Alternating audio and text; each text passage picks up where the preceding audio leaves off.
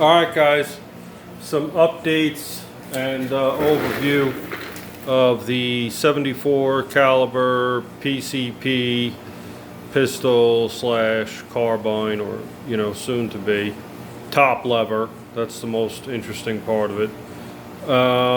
What is going on? Let's see. Well, this piece of metal, I mean, it cost me like an extra, I don't know, 10 or 12 hours of work. Just yesterday was 6 hours, because I finally decided I couldn't trust the block to be a pressure vessel itself, because it's cast aluminum. I don't know who made it. I don't know what grade of aluminum it's made out of. It's definitely cast, because I could tell by the way threads strip out. And because this tube was supposed to be threaded into this block, I wasn't going to trust the threads.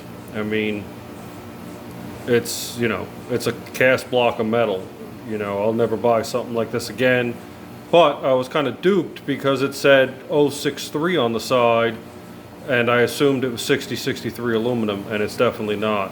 So anyway, I had to build a valve that's all one piece with the air tube. So it's valve, adapter, air tube, all connected as one. So the block itself doesn't hold pressurized air.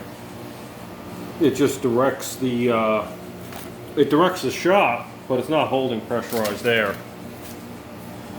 So that's been a nightmare, this whole thing with the block. The good news is I could finally face off these two sides with a fly cutter, because I don't need the wall thickness necessarily anymore.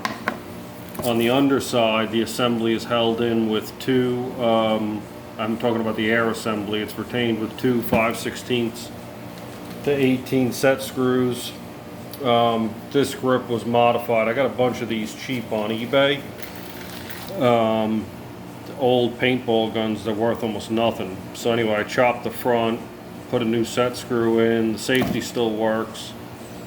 So far the top handle, it actually works great. I mean, it takes some effort. When I think about it more, maybe I could have went further with the top handle. Because when you're loading it, you pull back the lever so the bolt and the handle are out of the way. You load it, you put it back down. Who cares if it covers the loading area? But I wasn't thinking like that when I first started cutting and making parts. I just posted a test fire video, but that was on low pressure. I had a couple problems with this seal right in here. Initially I did the seal and then bolted it into place afterwards. And I did that on both sides. The front held, this didn't. So I've taken it apart 2 times now, lubed the O-ring and tried to get it past these holes after some filing and sanding and everything to get the O-ring past them. I think this time I succeeded. I got a little bit of bubbling at the transfer port, but I'm not going to worry about that. I think it'll just be a break-in issue. A couple more shots and it'll probably find its home. But yeah, it's just the fact that it was a cast block just turned into so much work, because it was always a workaround. Like initially this back cap, I don't know if you can see it, this back cap, as you can see, it was one screw on this side and one screw on this side, angled, one on each side. I didn't need necessarily 4 of them to secure it, and I didn't have enough grabbing area down here. But anyway, this one stripped out, so now I just have these two, because they strip out so easily. It's not like it takes a lot of torque to strip out a cast block of aluminum. I mean, if you ever see like an ingot or whatever they're called, if you try to anchor anything to them, they just crumb apart basically. So yeah, but I couldn't go back. Once I was that far into I was probably 5 hours into hollowing the block, when it finally dawned on me, wait a second, this isn't cutting normal, and the chips kept looking odd, even when I was doing, high-speed stuff where, you should get that glimmer, and it wasn't happening. And, I forget what was the dead giveaway, but I think it was one of the threads stripping out, where I said, all right, this is definitely a cast. I was like in denial for a while. Transfer port, barrels mounted. I don't have any type of seal on the probe yet. That's going to be tricky, not because it's tricky to do, but because keeping it in place with such little insertion into the barrel. Like, it only goes into the barrel about 1/8 of an inch, or the width of an O-ring. So keeping that from blowing back out this way is going to be, you know, interesting at best.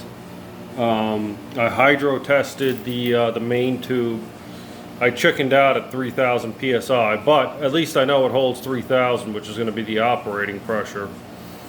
Because even though it was filled, you know, with incompressible fluid and stuff like that, I thought to myself, if this thing gives way, there's still going to be a lot. There was still some air in there. It's not like I completely devoided the system of air. There's still air in there. So I said, if this thing gives way, you know, at 3,000, these caps are under 5,300 pounds of force.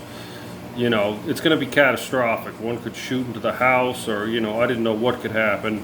So I said 3,000, good enough, and I measured the bolt holes, you know, for elongation, and I checked the threads when I removed them to see if the bolts were, you know, tilting or being bent inwards or outwards, and there was no deformity whatsoever. It's probably, honestly, I mean, the math says it's good for like 3 to 1 with this setup, with the 10.9 bolts. But yeah, I just didn't want to, with this big of a tube, I didn't want to push it. I don't want to find out what the failure point is. So it's good for 3,000, and that's all I'm concerned with. And then what else? The cocking effort, I put up a video on that too. The cocking effort's pretty substantial, honestly. I haven't even tried to do it outside the vise, you know, just grabbing here and then grabbing the handle. I'm sure I can do it, but I doubt it's going to be too comfortable to do.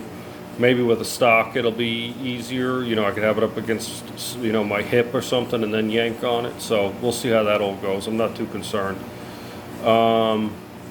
That's about it. The next step, I have, right now it's stripped down, but I have these, you know, I have these grip panels I can put back on. Although I kind of like that skeletonized look. But anyway, coming up is a, you know, a test fire.